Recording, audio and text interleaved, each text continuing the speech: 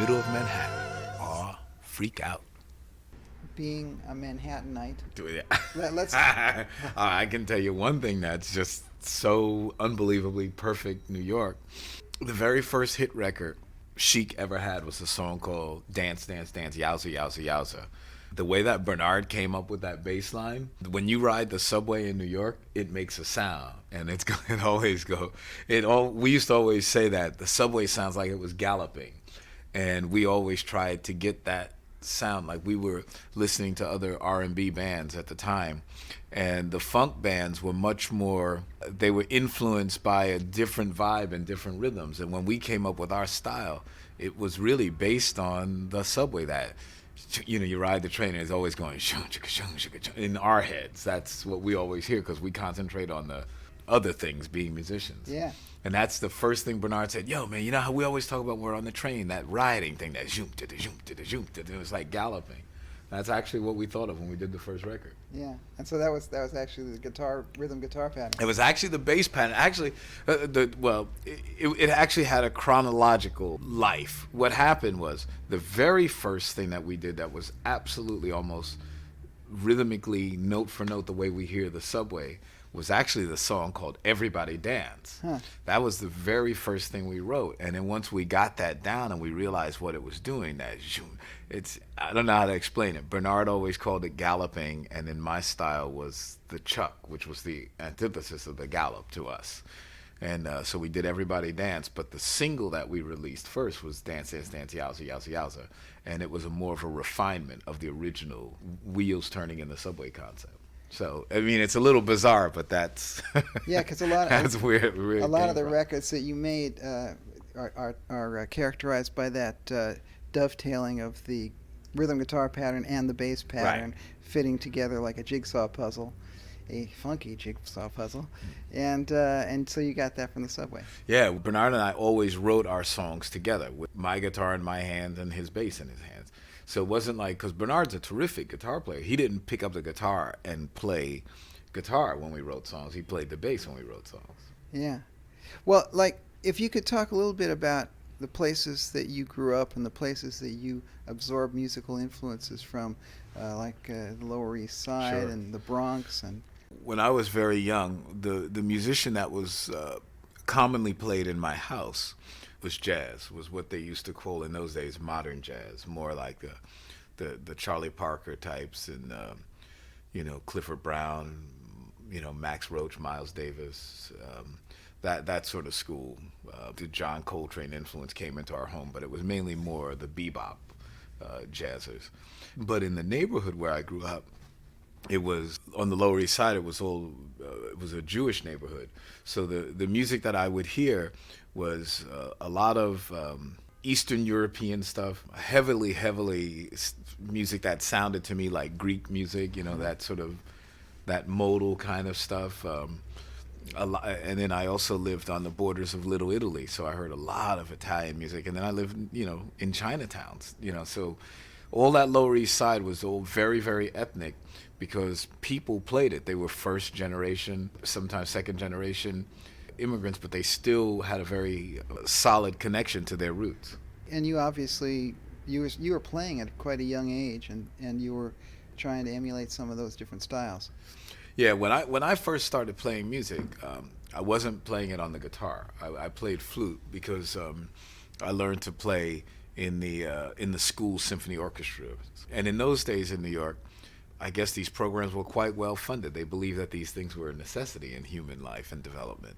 So every time I changed to a new school, for some reason they never let me continue on the instrument that I was already making progress on because they sort of cast the band, if you will. I guess it was a precursor to the Spice Girls or something. But anyway, back in those days, they would say, okay, we need this and we need that, so that's what you're playing. Because by the time, I'd only been on an instrument for 6 or 7 months, I wasn't really a virtuoso. So it didn't make any difference to the teachers that they would change me. The great byproduct of that is that by the time I was, 10 or 11 years old, I really knew how every instrument in the symphony orchestra functioned, which was pretty good for a young kid. Very good. And good experience for later when you were making records. Right, exactly. It's funny that what's happened in my career is that all of that early stuff gave me the preparations for what was to follow. Sometimes I worked with artists that their roots were really heavy into the blues, and even though that wasn't what was mainly predominant in my household when I first started out, when I moved in with my grandmother in my teen years, the blues played a huge influence in my life when I lived with her because that's what she listened to. But early on, a lot of the ethnic stuff, I had, it was just all sort of stuff going into my computer to be recalled later on. Yeah. I remember the first recording, I think the first professional recording I did was an album of Jewish traditional songs, you know, Lacha, Dodi, and stuff like that. It was the first thing I got paid for. It's like, so, and what was funny about it is when I did the record, I knew it already. I already knew those songs. Yeah. Well, one of the places that we're covering in New York is the Apollo, and one of your early gigs as a guitar player was being in the house band there, and we'd love to hear what it was like, what the scene was like that you suddenly found yourself in. The coolest thing about being in the house band at the Apollo was that they test your musical knowledge they pushed it to the limit, because the way it used to work then, if I remember correctly, I think we did 2 shows a night, and it actually could have been 3 a night, but it was certainly 2 a night and 3 at the matinees, or 3 a night and 4 on the matinee days. So it was a huge amount of work, and you had to learn it all in one sitting. So it didn't make any difference to management what your musical responsibilities were. If you had to play for 5 different artists, so be it. If you had to play behind one artist, so be it. So that's just how it was. And you had to do a great job of recreating their music. So you had to be a good reader. You had to be a feel person, because you had to switch musical styles depending upon who they booked. So for me, it was fantastic because I got a crash course in R&B music, because R&B music, even though its roots may be founded in the blues and folk music, the truth is that based on the different communities and neighborhoods that it comes from, the sound is completely different. I mean, when we came up with Chic in the 70s, our sound was totally different than Parliament Funkadelic, and totally different than Sky and Confunction and the Gap Band. Yeah. Although we'd sometimes all play on the same show, but the music was different. And if you listen to our music, you couldn't necessarily say, oh, well, we understand that their musical influence is the same. There would be nothing that would be so overtly revealing in our sounds. So the same thing was the truth with earlier R&B. So one night I could find myself playing with Aretha Franklin, and then the very next day I could be playing with somebody like Screaming Jay Hawkins, which, I mean, maybe 1 or 2 songs and styles might overlap if it were blues related, but for the most part it was very, very different. And how did it work? First of all, how did you actually first get the gig? I got the gig because I started out with Sesame Street, and the woman who was the star of Sesame Street at the time was named Loretta Long. She was married to one of the managers of the Apollo Theater, whose name was Peter Long. So when Pete needed a replacement for the guitar, because Carlos Alomar got the job with David Bowie, he left. Now, he created an opening when he left the Apollo. I was with Sesame Street. Well, the Apollo was paying better than Sesame Street, and it was an easier gig, because with Sesame Street we were touring and doing all sorts of stuff. The Apollo was the same place. Yeah. And the thing that was really funny about it is that I got the chair at the Apollo because Carlos Alomar vacated. I got the chair at Sesame Street because Carlos Alomar vacated. Well, he did a lot of nice things for you. It was great. Keep moving on. It was the whole Luther Vandross, Carlos Alomar clique in the early days, and that same clique wound up becoming the major influence in Chic. I mean, Luther Vandross is the one who sang on our early records and helped us with vocal arrangements. Absolutely. Well, okay, let's talk a little bit about the arrangements with Chic, because first of all, you created a new sound not only with the jigsaw puzzle of funk that you created between you and Bernard, but also your use of strings. Right. Let's talk a little bit of that, because I'm an arranger, and so I'm really interested to hear how you came up with that. The orchestral influences in Chic are sort of non-traditional. We didn't want to be like Barry White, but we loved the fact that strings automatically telegraphed sophistication to people.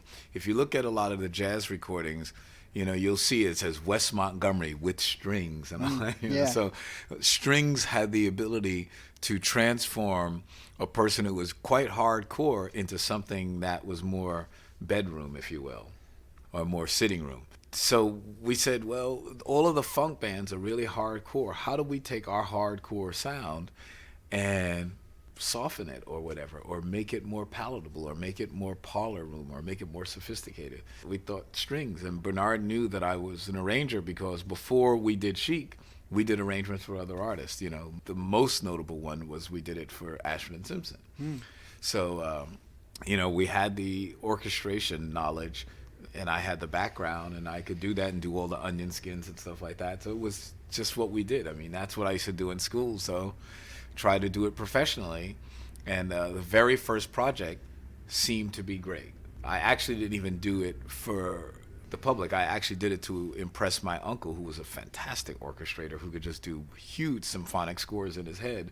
So I went and I orchestrated Gershwin, Bessie Was My Woman Now, and I played it what we would call disco style with my band, with Chic, and that was the very first thing we ever did. Great. So that was our way of softening our sound. We knew that prior to getting the record deal with Chic,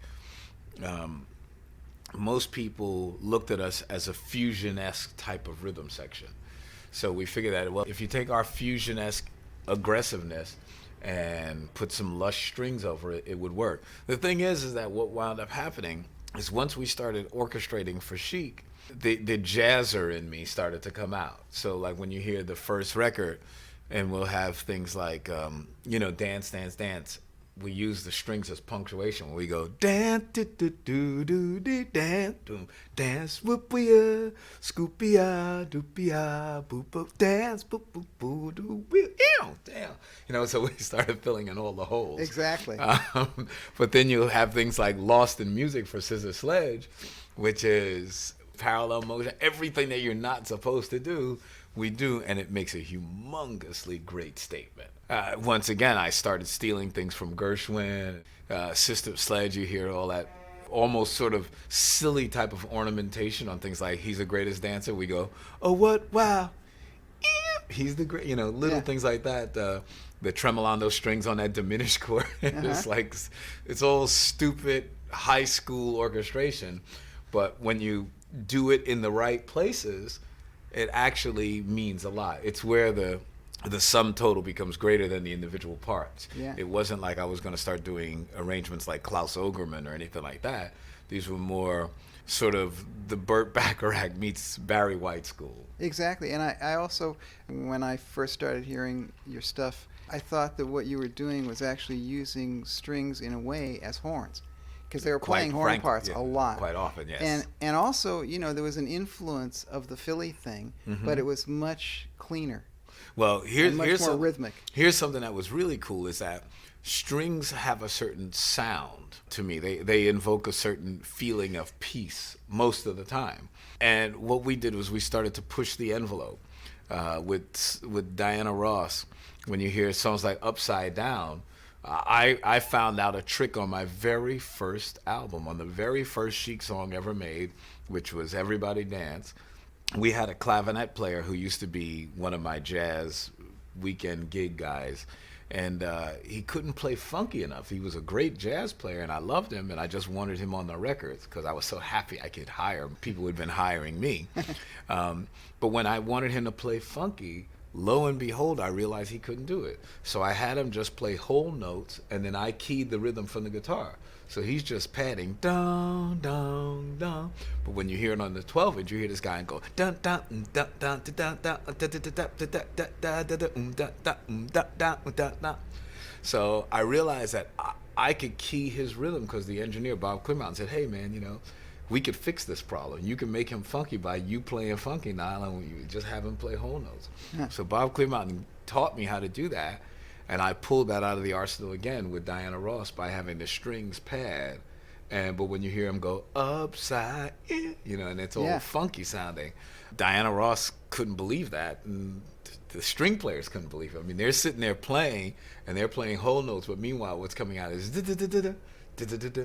All of that was our Chic organic way of trying to imitate what guys like Giorgio Moroder would do on the sequencers. Uh-huh. We thought that when we first heard Giorgio Moroder, we thought that he was the funkiest musician that ever walked the planet Earth. We thought he actually played like that. So we tried to take our musicianship to a higher level by imitating that kind of musicianship. We had no idea that there was a machine doing it. Really? We had no idea. We thought that when, like, it's funny, when we would hear Kraftwerk, we knew that it was a machine doing it. When we heard Giorgio, for some reason, we thought he could play like that. We were like, man, that is, to us, that was Herbie Hancock-like perfection. Like, you know, just perfect, unbelievable precision. Yeah. 16th note perfect, and we just wanted to be those guys. Yeah. Well, I've said that a lot. A lot of people through the years have said, oh, yeah, synthesizers, they're ruining music. No, they actually push musicians to greater heights, which is exactly what you're talking about. Well, in my case, the synthesizers and sequencers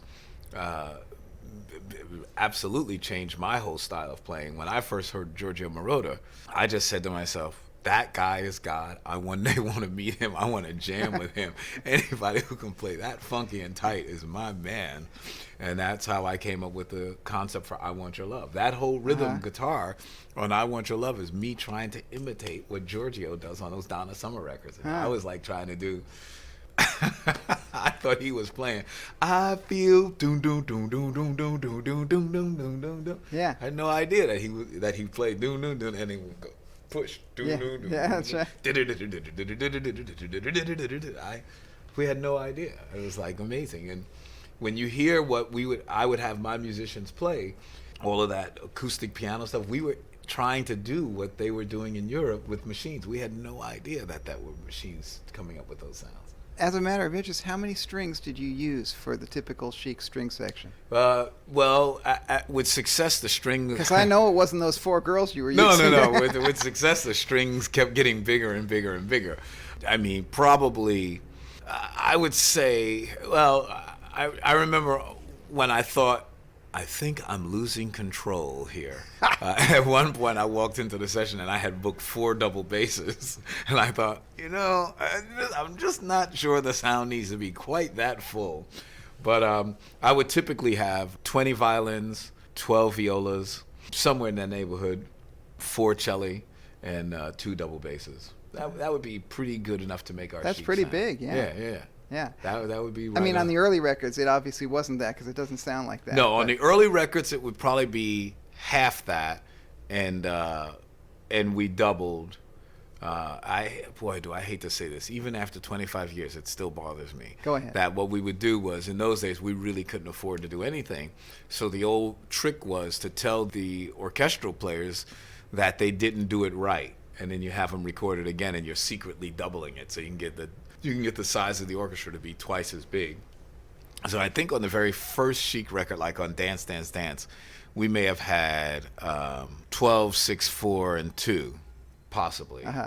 We may have even only had 10, which wound up coming out to 20 violins. Right.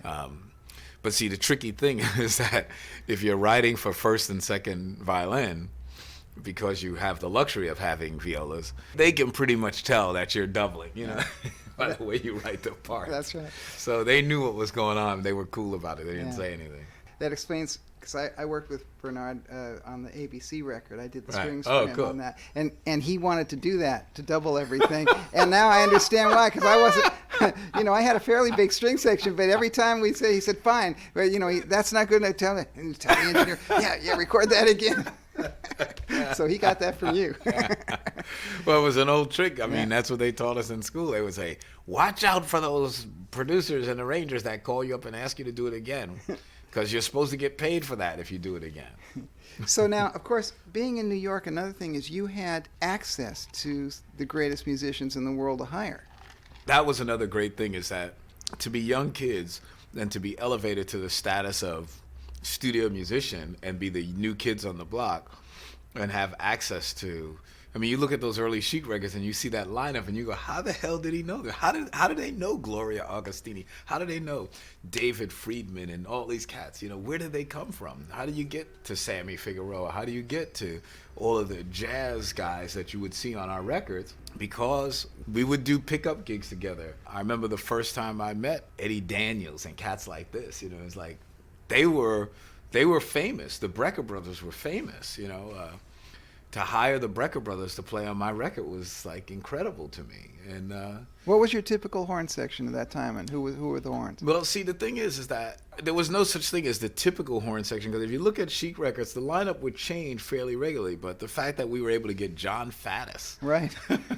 playing trumpet, and you know, and Alex Foster, I mean, we had the cats, you know, all of the hot session players in town were there, and you know, would just charge us, you know, like double scale, which was what they would charge for Frank Sinatra records and stuff. So we felt honored that they would come and play on our records, and we felt honored that they respected us, and we felt honored when we would read, you know, magazines, because in those days, being a musician was a very respected thing, and you could buy magazines like Downbeat, and you'd have an interview with a guy like a John Faddis, and he would say things that would just warm my heart. He said that the most important one note he had ever played in his career, in his entire career, this is John Faddis, who's a monster. He says the song by Chic, "I Want Your Love," and he sits down and he says, "I want your love, I want bip your love." It's a great note. That is the most important one note. Yeah. Ever in my career. He just thought, like, he said, man, when I was playing that arrangement and I hear this lush thing going on, and all I do is go beep, Yep. and it makes the hook. It And does. if it doesn't go, "I want your love, I want beep your love," Exactly. it doesn't sound like the song. And I stole that technique completely outright when I did a record called "Spy in the House of Love for Was Not Oh, right, Was." yeah, yeah. And that little note where it goes, "I am a spy beep, in the the house." house. I I ripped it love right it. off from you, man. Thanks. Okay, pleasure. Also, give me a reason why New York has always been such a mecca for great musicians. I mean, it's always been that way. I think that probably, without trying to act like I'm the New York historical genius on the music scene, it's probably because New York was the center of immigration.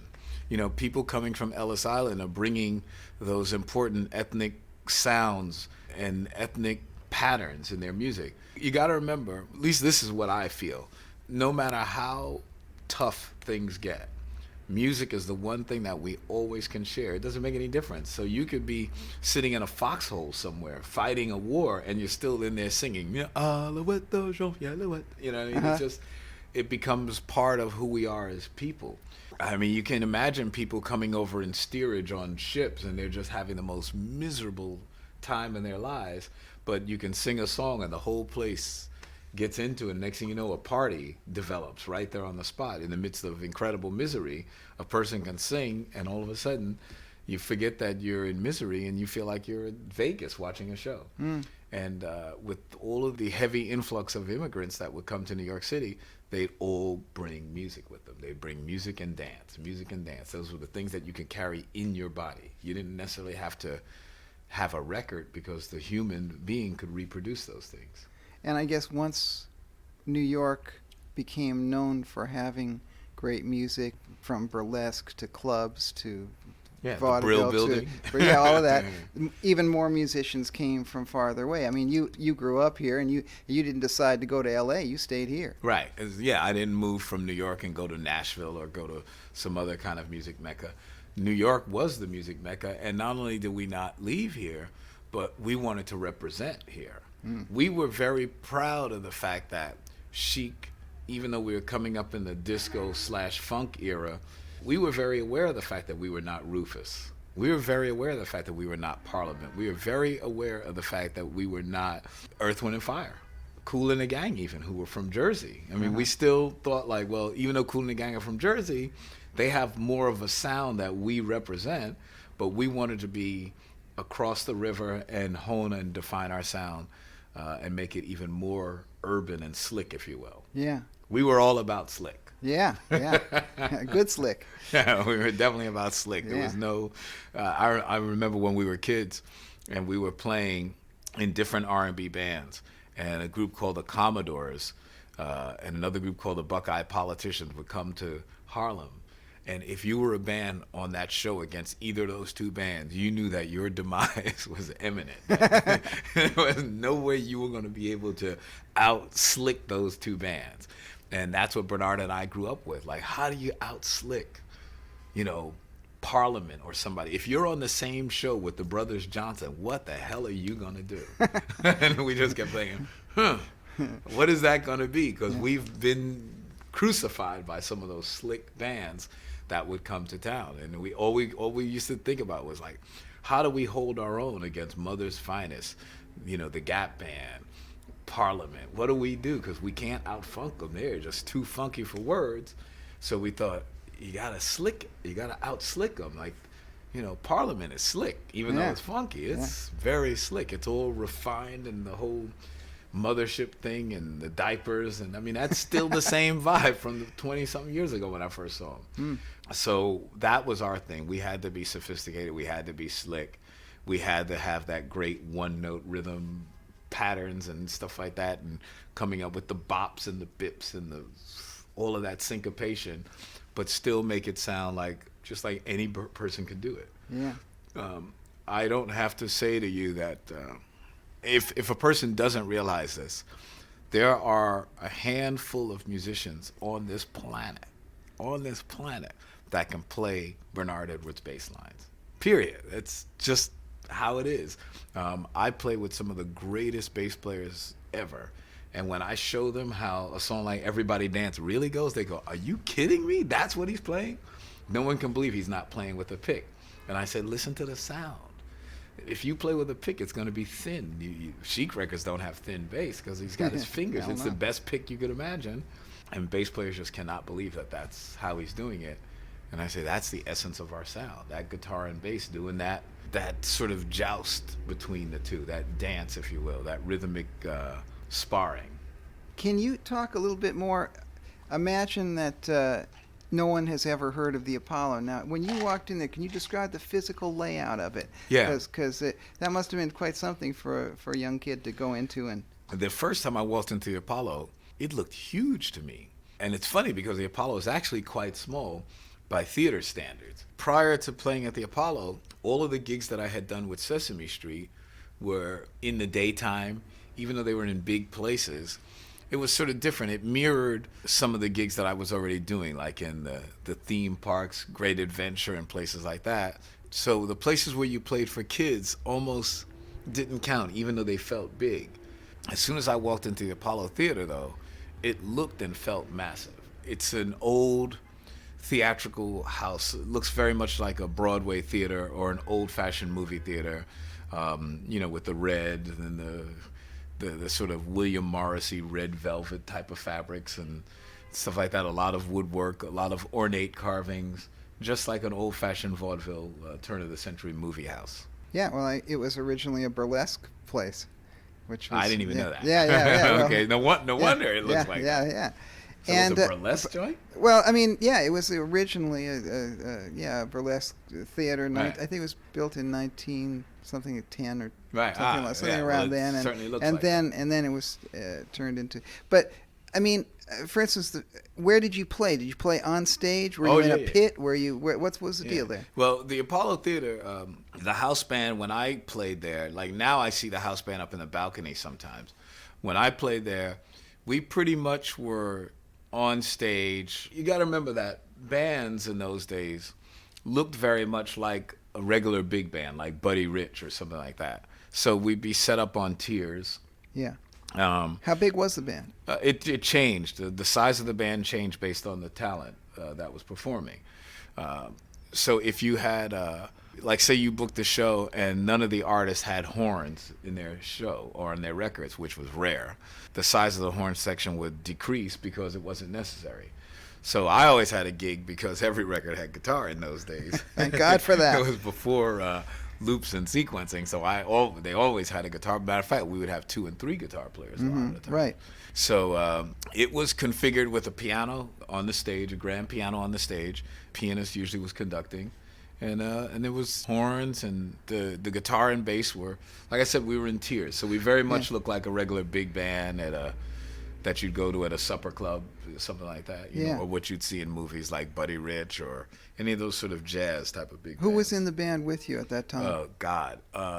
I don't remember a lot of the names of the players. Okay. Who was the musical director? In other words, who Well, was there the were two piano different. player? There were two different musical directors when I was there. I think his name was George Stubbs was one. King Curtis, who would be coming in from Aretha's band, because a lot of the people in that band were all Aretha's core band. Right. So basically, through my stint, there were three band leaders. Okay. And did you also have, like, every new artist who'd come in would bring their own band leader and you'd have to work under them? Yeah, the sort of basic way that it worked, if there were 4 acts on the bill, there would be the act, and he or she would have their charts, and their band leader would conduct us and show us what to do. I don't remember any act coming in without a band leader. Maybe Screaming Jay Hawkins came in without a band leader and arranger, and he just came in with the charts. But most acts, like Maxine Brown or Aretha or any of those kind of people, had their own band leaders. The Cadillacs, they would have a guy conducting the band and in control of the charts, who would give out the charts, take us all through the arrangements. It was very professional the way it was all run. Yeah, it sounds like it. And I guess, also it was regular money and you were in town. Yeah, it was not only was it regular money, but it was like a union gig. We were getting paid scale. We were getting paid the same thing at the Apollo Theater that you got paid, I believe, for playing on Broadway. So for musicians in New York, that's considered a really top-of-the-line gig, because most of the time we made 15 to 25, and if it was a really good gig, you get $30 or $40 a man playing at a bar. I think 5 sets a night was the normal thing. It was certainly 5, maybe it was 6, and it was 40 minutes on and 20 minutes off. Right. And that was all night long. Yeah. And we loved it. We couldn't wait. I mean, Bernard Edwards had a fantastic job at the post office, and he couldn't wait to take a leave of absence from the post office, where he was getting paid mega money, to go out and work for nothing, playing at on the Chitlin circuit for $15, $20, $25, $30 if we were lucky a night. Let me ask you about some other artists that you've worked with who are very associated with New York, even if a couple of them are maybe not directly from New York. Like, for instance, Madonna wasn't born in New York, Right. but she's certainly Yes. considered a New York chick. So, Yeah. tell me something about working with her, and also about her personality to work with. Madonna, I don't think I can say it enough, is probably one of the greatest stars I've ever worked with. Her presence was obvious to me right away. The first night I met her, I was actually going to see another artist. I was sent there by the record company, it was Columbia Records at the time. And the woman that I went there to see for Columbia was fantastic. She's beautiful, great, everything, an incredible singer. But this girl who came on as the opening act just blew me away. Just absolutely floored me. She was original, creative, inventive, and just felt like a star. So I wound up actually working with Madonna instead of the girl that I was actually hired to go see. Her work ethic it's unbelievable. Working with Madonna was, she taught me a lot, because I thought that I was incredibly driven and focused, and I found that Madonna and I would have a sort of contest to always see who would get to the studio first, because I was very punctual for a musician. And it's like, no matter what I did, she would always get there first. Even if she had just been swimming 30,000 laps, she'd still come into the studio soaking wet. It was like she had radar. Okay, what time is Nile getting there? 11:45. I'm going to be there in 20 minutes to 12. So she just impressed me as a person who was really professional, really wanted to do a great job, and was concerned about every aspect of the career. And that was impressive to me. She reminded me of another version of Bernard and myself, who were driven, but not nearly as driven as Madonna, as we can see. Yes. We sort of went, okay, this is okay with me, but Yeah. she was like, no, it's intense, I need more. Yeah. We've just got a few horns here. I think this is a brass section we didn't need, Right. but we'll just wait for them to go by.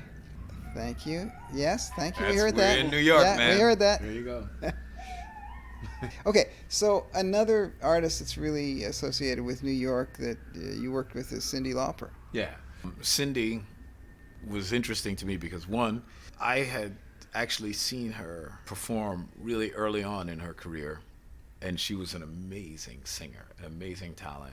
So by the time I worked with her, she was already famous. And I like Cyndi because not only is she an incredible artist, but I liked her politics. I liked her outspokenness. It just reinforced what I always think the job of rock and roll and those kind of musicians is all about. She gave me hope that that wasn't a dying breed. Hmm. Another very New York female. There's a lot of girls here, though, by the way. Debbie Harry. Well, yeah, that'll do. That'll do. Okay, go ahead. Who are you going to say? Well, that's okay. No, I'm happy. I was going to get to her, but Yeah, go ahead. Debbie, the quintessential sort of New York cool chick. Man, boy, was I ever in love with Blondie. Debbie is amazing to me. She was a waitress at the bar where our band was the first band to play electric. It's a sort of semi-famous local hangout called Max's Kansas City. Yeah, I didn't actually know you guys played there. We were the first electric band to ever play at Max's. Wow. Before we played there, everything at Max's was acoustic because they didn't have a cabaret license. And we were working at this place called Ungano's. We were the band that played right before the Stooges. It was the Stooges, which was Iggy Pop's old band. Right. The Stooges, my band, which was called New World Rising, and our opening act was called Alice Cooper, whose rap at the time, at least this was the word on the street, was that he was a reincarnation of a witch named Alice Cooper. So that was the lineup, and we had contractual disputes with the owners, so we had all of these kids coming from our high school to come and see us. We didn't know what to do, so we called Miss Mickey Ruskin at Max's and said, hey, man, can we come and play? It was my manager at the time, whose name is Toby Mamus, who is Alice Cooper's manager and has been ever since that day. He probably I didn't even think about it, didn't put two and two together. He probably met Alice because he was the opening act for us all. And so Toby Mamus was our guy, and he called Mickey Ruskin. We were all high school students. Yeah. He called him and convinced him to let us play there. And he said, oh, by the way, they have drums and amplifiers, which were the two no-nos when you don't have a cabaret license. No drum and no amplifiers. So we brought in our drums and amps, and Mickey never saw a crowd like that. We had Max's Kansas City was packed. And it was like, I guess I better start having drums and amplifiers. The difference between the size of our crowd and the normal Max's crowd was 3 times the size. Well, and that started the whole electric thing. Sure, but I mean, the style of music your band was playing was presumably pretty different from pop. We were. It wasn't what we would call pop. It was, in those days, it was fusion rock. So the bands that we liked were Blood, Sweat, and Tears, the more jazzy 10-Wheel Drive, bands like that. A lot of horns and, jazz influenced bands. Because we thought of ourselves as like, hey man, we're alternative jazz rockers. That was our thing. So like the precursor to jam bands. Sure, yeah. But I mean, the club's known for the punk thing, and then suddenly you're telling me, hey, you guys were the first guys, and you had this huge audience there, and so obviously it was a new audience for the club. Right, yeah, and they dug it. I mean, it was all high school students who see, in those days, New York was very lax. Also, I think that, of course, I know the drinking age was just 18, so everything was different.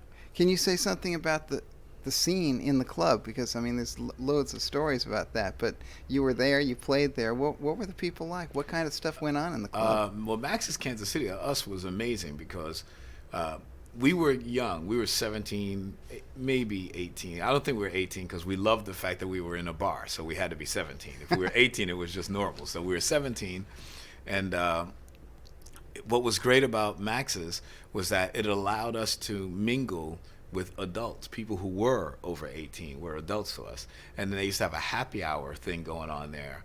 So that's how we got our food, because the food was free. I'll never forget this, man. There was chicken wings. They used to have chicken wings at Max's Kansas City. And all you had to do was buy a couple of drinks and you can eat chicken wings all day. And that was after presumably people got off of work. Well, to us, our work was going to school, so the fact that we could go there and hang out was amazing. And there were a lot of girls there who used to come over from the School of Visual Arts and the new school, so it was like amazing. We'd meet girls, get free food, and get drunk. Wow. Sounds perfect. It's like heaven. It was utopia. Okay, so... what was the girl you were going to mention? Well, no, the next one on my little list here was somebody one might think was unusual for you to be working with. Laurie Anderson? Well, Laurie Anderson. All right, yeah. Lori, I'm not really sure how Lori and I hooked up, but I know we dug each other. Lori was really cool, man. You know, me coming from the downtown scene, a lot of people don't realize that I was born in the Village. Most of those people sort of moved there, but my whole life I went to school at PS 41 on 11th Street between 6th and 7th Avenue. I mean, I know original Ray's Pizza is Ray's Pizza on the corner of 6th Avenue and 11th Street, across from what used to be Blimpie's. That's Ray's Pizza. All that other stuff is not the original. That's Ray's. So that's my childhood, that whole area of Greenwich Village.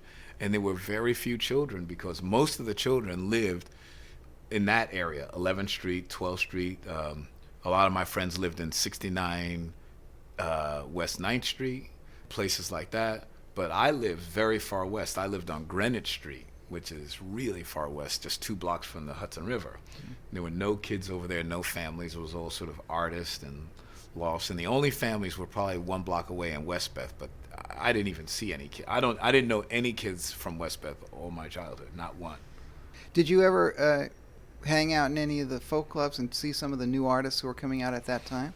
Yeah, well, when the folk scene was happening really, really big, I was still young, so I was into it, but I graduated from folk to blues and electric stuff like almost instantly, because when I was around in those days, the big thing was that, Bob Dylan had committed blasphemy by going to an electric guitar. It was like a big deal. So I kept thinking, well, Bob Dylan is about as cool as it gets, so I want to just skip the folk part and just go right to the Dylan.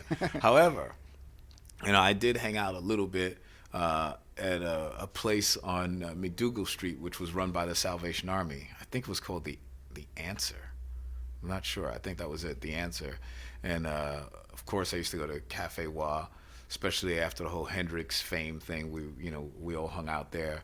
Also, the place that's now called Electric Lady Recording Studios, before Jimmy bought it, was actually a nightclub called Generation. Huh. And we used to hang in Generation. I remember the first time I saw Jeff Beck and Jimmy Page and those kind of cats. They were all playing, they were hanging out at Generation. Yeah. And Generation was such a hot scene. I think that's why Hendrix said, damn, let me just buy this place. It's just great vibes in here. That's a guess on my part. But yeah, Generation was the spot. A place called The Scene, Steve Paul's Scene, was happening. And just right there on 8th Street, we had Generation on one side of the street. The other side of the street was the Eighth Wonder. Down the block on the east side was a joint called the Electric Circus, which is a place I loved. I mean, I can't tell you how much acid I dropped in that joint. So it was because they used to have a padded rubber room, and we go in there and they like have all these trip tapes going just in a sequence, and it was amazing. Great. Can't believe how old I am. Damn. Like, people don't even remember stuff like that. Like a foam rubber room, you just bounce around the walls. Well, if you took that much acid, it's so great that you can remember it. I know. Okay, let's talk about another unusual record that you did, or that might be perceived as an unusual record for you to do, Carly Simon. It's funny that the Carly Simon record, Why, I can't tell you. Sometimes you do a record and you think it's amazing, and the disappointment is just incredible. When we came up with that whole song and that concept, we thought it sounded great. We thought it was really unique and interesting. And when we tried to go to radio with it, we also thought this was our great crossover moment. Wow, we get to work with Carly Simon. Like nothing.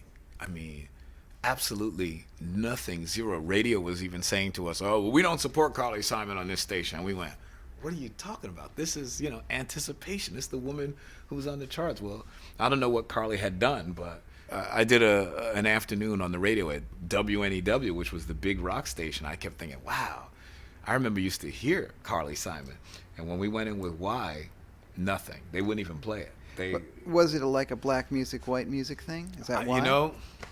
Maybe I'm naive. I don't know what the deal was.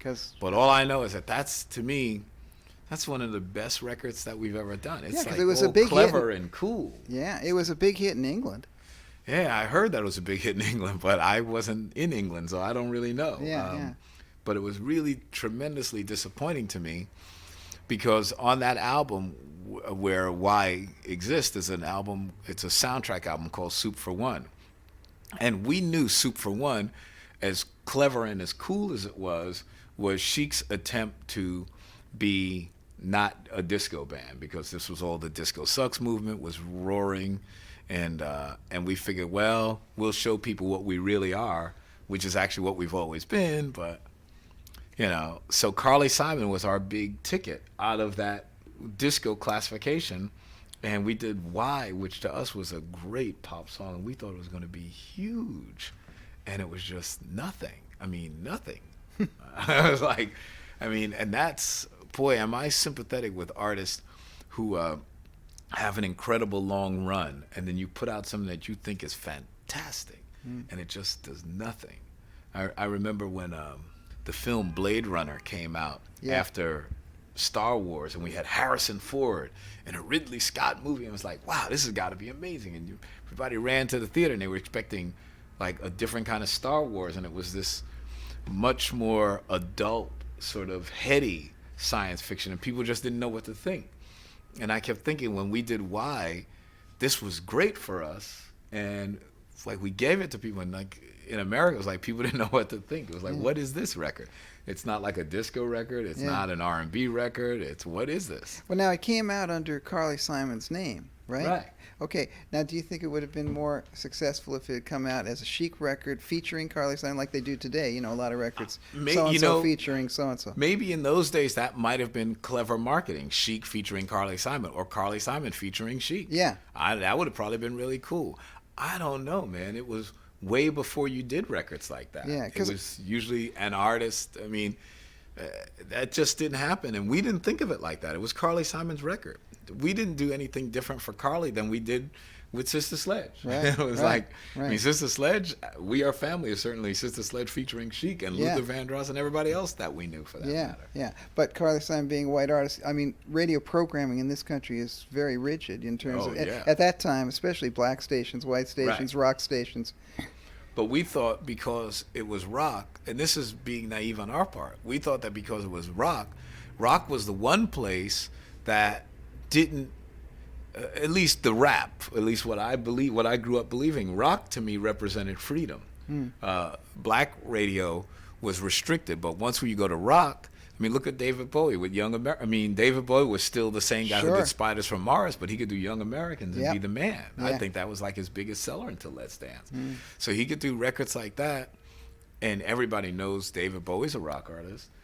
You can think in history and think of all of the huge rock artists that have done blatant R&B records, and they're huge. I love it when George Michael said, I'm going to have the #1 black record in America. And then he went out and did it. That door swings that way, but it doesn't swing both ways. So when a black artist says that they're a rock artist, and I know thousands of them, those stations don't play their records. I still remember the whole concept of when the band In Living Color came out, or Living Color, rather. In Living Color is the television show, Living Color, and how hard the record company, with Mick Jagger's thumbprint on it and everything, had to work so hard to get them played on rock radio. And that record is a stunning rock record. It sure is. Stunning. But they had to work just because it was black. And I know where that comes from, because Chic was a rock band, a black rock band, before we became Chic. We couldn't get arrested. We'd send our demos out. People would love our music. And then we'd walk into the office, and they'd always start talking to the one white guy who was in our band like he was the leader. Right. And Rob Sabini used to always say, hey, I'm just hired. Those guys are the leader. Talk to them. And they were like, wow, really? This is their music? Yeah. So that's when it seemed very clear to us that we certainly couldn't be a rock band. Right. And if we wanted a record deal. Right. Well, you made the right decision. And not only that, the disco era, obviously you guys were very important in that era, and you carved out your own very special place in it. Now, one of the locations that we're covering in this show is the Disco Palace of Degradation, Studio 54. And there's the greatest club of all time. I will go down in the record books and say, and I've been to some great clubs. There was nothing before or since that's like Studio 54, ever. Elaborate, big boy. Well, Studio 54 was the blueprint for great clubs to come. As a matter of fact, I'm sure that every club owner Doesn't make any difference whether it's the big, gigantic mega clubs or the hippest, sort of intimate she for the A-list crowd clubs. Still use Studio 54 as the yardstick by which they judge their coolness. And if they don't say it, they're lying to you. Because I know that's what they're all thinking. The red velvet rope, you come in, you stay out, you know, crowd outside the door no matter what. Making people feel like this was the place to be. You got to be inside because something is happening in this place that's more unique than in your miserable, stupid little life. You know, that kind of thing. People risking their lives, people even dying to try and get in. That's unheard of. I mean, it was just unbelievable. And to this day, when a person opens a club, that's what they hope for, that they have something like a Studio 54, where people will do anything to try and get into it. And it's the place to be. Every star, regardless of what makes you a star, has to be there, has to be seen there. And clubs have come and gone since then, but it is still the one. In Studio 54, everything was legal. It was the culture and the people who were part of that culture that dictated what happened in the place. And once somebody would do something, that became standardized practice. So in other words, if somebody were having sex out in the open and nothing bad seemed to happen, well, that just became what everybody does for the next 6 months or whatever.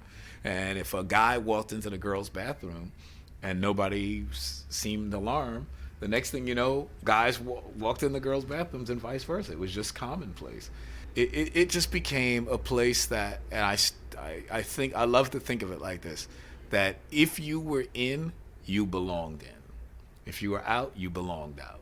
So once you got inside Studio 54, anybody you spoke to, anybody you talked to, already was pre-stamped. Cool. You're cool because you got in here. You belong in here. You're one of the cool, beautiful people. Yeah. Describe the physical layout of the club for us. The physical layout of Studio 54 is not unlike the Apollo. It's a very sort of turn-of-the-century kind of movie house-looking place. Very much a theater in the old traditional classical sense of the word. A loge and a balcony and all of that sort of stuff, just like a regular theater, like a Broadway theater. Very much like a movie theater. A sort of grand lobby that you'd come in with, mirrored lobby. You know, it looked very much like a turn-of-the-century movie palace would look like. Very sort of glitzy and gilded and things like that, like gold highlights, and very, very traditional. Which is also what made it an exciting place to have a club, because prior to that, no one would have a club in a movie theater. And the music that they played there? The music that they played at Studio was incredible because it had all of the vibe of an underground disco, like a lot of the gay places in New York. The gay places in New York were all known for having the most avant-garde, coolest music, because their philosophy was, my audience is sophisticated and hip and primal at the same time. I just got to keep them on the dance floor. You know, No gay club wanted an empty dance floor because it was all about that interactivity, the sweaty bodies, the people, the freedom of being sort of primal and reducing, your night's activity to a very sexual encounter. All of my gay friends used to explain to me, they'd say, "Nile, just think of it like this. With the need to be loved like a woman and the promiscuity and the desire to conquer of a man." I used to say, wow, I never quite thought of it that way. But and you would feel that vibe. It was very sexy and raw, and the music was primal and reflected that. The story that I've read, of course, is that you guys couldn't get in at the beginning, and so... Well, what happened was because our first album was really doing well, not only was it big, but it was still underground. And to me, that's the coolest thing, is to be underground and still be popular on the charts. So Grace Jones had heard about these new guys, this new production team, these Chic guys, and she was thinking about having us do her next album. And Grace Jones, at that point, was the diva of the underground disco club scene. Right. She had the whole French thing going on. She was exotic. She had everything. And her music was fantastic to me. So Bernarda and I went there. It was New Year's Eve. I would imagine must have been New Year's Eve, 1977 going to 78. And we hadn't, it had to be, because the song that we had out was Dance, Dance, Dance, and at New Year's Eve it had turned into Everybody Dance, which was in a strange way cooler than Dance, Dance, Dance, because it was underground and really hip. So we went to Studio 54, and I guess Grace thought because our music was so popular, probably in the places that she frequented all the time, that of course these guys have to be going to Studio 54. It's probably no problem for Nile and Bernard to get in. So we went there and we told the doorman that Grace Jones had us on her list, which she didn't, I guess, because she didn't think about it. And anyway, needless to say, they didn't let us in. New Year's Eve at Studio 54, big night, 1977, going to 78. We were, needless to say, depressed and dejected, and we wanted to get into Studio 54. We wanted to see what it was like. And we thought this was the perfect opportunity. Grace Jones herself invited us. Anyway, so we were dressed in our best outfits you can pull together for New Year's Eve. And in those days, music was not only our livelihood, but it was also our recreation and our enjoyment. So we took our dejected selves around the corner to my apartment, which... You know, my whole life still exists right on 52nd Street today. My office is just across the street from that old apartment and that old recording studio. And we went to the old apartment, and we bought our own bottles of champagne and other types of libations, and we started to feel good, and we started jamming. That's what we did. We feel depressed, let's go jam and play music. I mean, think of how great that is. Like, we can't get into the hottest club in the world. We're all dressed up, and we're depressed. What do? Let's go play some music. Great. We went around the corner to my crib. Bernard had his bass there. I had my guitar. We plugged in, and we started jamming. Down, down. Down, down, down, down, down, down, down, down, down, down, down, down, down, down, down, down, down. Aw, fuck off. Down, down. Just what came natural. Yeah. Aw, fuck off. Down, down, down, down. Aw, fuck off. After jamming on this for God knows how long, Bernard looks at me and says, "You know this shit is happening, right? You know that, right? You know this shit is happening." And I'm thinking, he's right. It is happening. We could have the biggest record ever. And all I did was reflect back on my hippie days, you know, up against the wall, motherfucker, and you know, and that kind of stuff. And I kept saying, man, is this incredible? Our second album is going to lead with a song called Fuck Off. Wow, is this cool? And we just talked amongst ourselves, and it was like Bernard had to reel in the hippie in me who thinks like we're still fighting the revolution, so to speak. So it's like, man, you know, we're not going to get this on the radio. And all I kept thinking, no, this is Abby Hoffman. Come on, yeah, fuck off. No, man. So we changed it from fuck off to freak off. And that was just hideous. Aw, freak off. Nah, didn't have any spark or sex appeal. And then in one instant, me being the old hippie, jazz acid guy, you know, whoa, hey, freak out. You know, like when you have a bad trip. And then Bernard, yeah, plus they're doing that new dance, the freak. Uh-huh. So we decided we were going to usurp the freak and make it like we thought of it. It was going to be like Chubby Checker, come on, baby, let's do the twist. So everybody's out there dancing this dance called the freak. So we decided to put le in front of it, make it French. And we were going to say, that's our dance. We thought of it. Yeah. It's called le freak. We're going to steal it. We're going to usurp the dance and make it ours. And it was perfect that we have a dance called the freak. We want to say fuck off, but we use freak out as a euphemism for fuck off. Aw, freak out. And then we wrote about Studio 54, the place in which we had never even been inside, and we just turned it into what we thought everybody already knew. We just made it up because that's what we had heard. You know, Studio 54 is the place with all the new dances and all the new beautiful people. So we wrote, have you heard about the new dance craze? Listen to us. I'm sure you'll be amazed. Big fun to be had by everyone. It's up to you, surely. Young and old are doing it. It's called Le Freak. They're doing it night and day. Allow us. We'll show you the way. Like, come on, baby. Let's do the twist. First, put your hands in, Fantastic.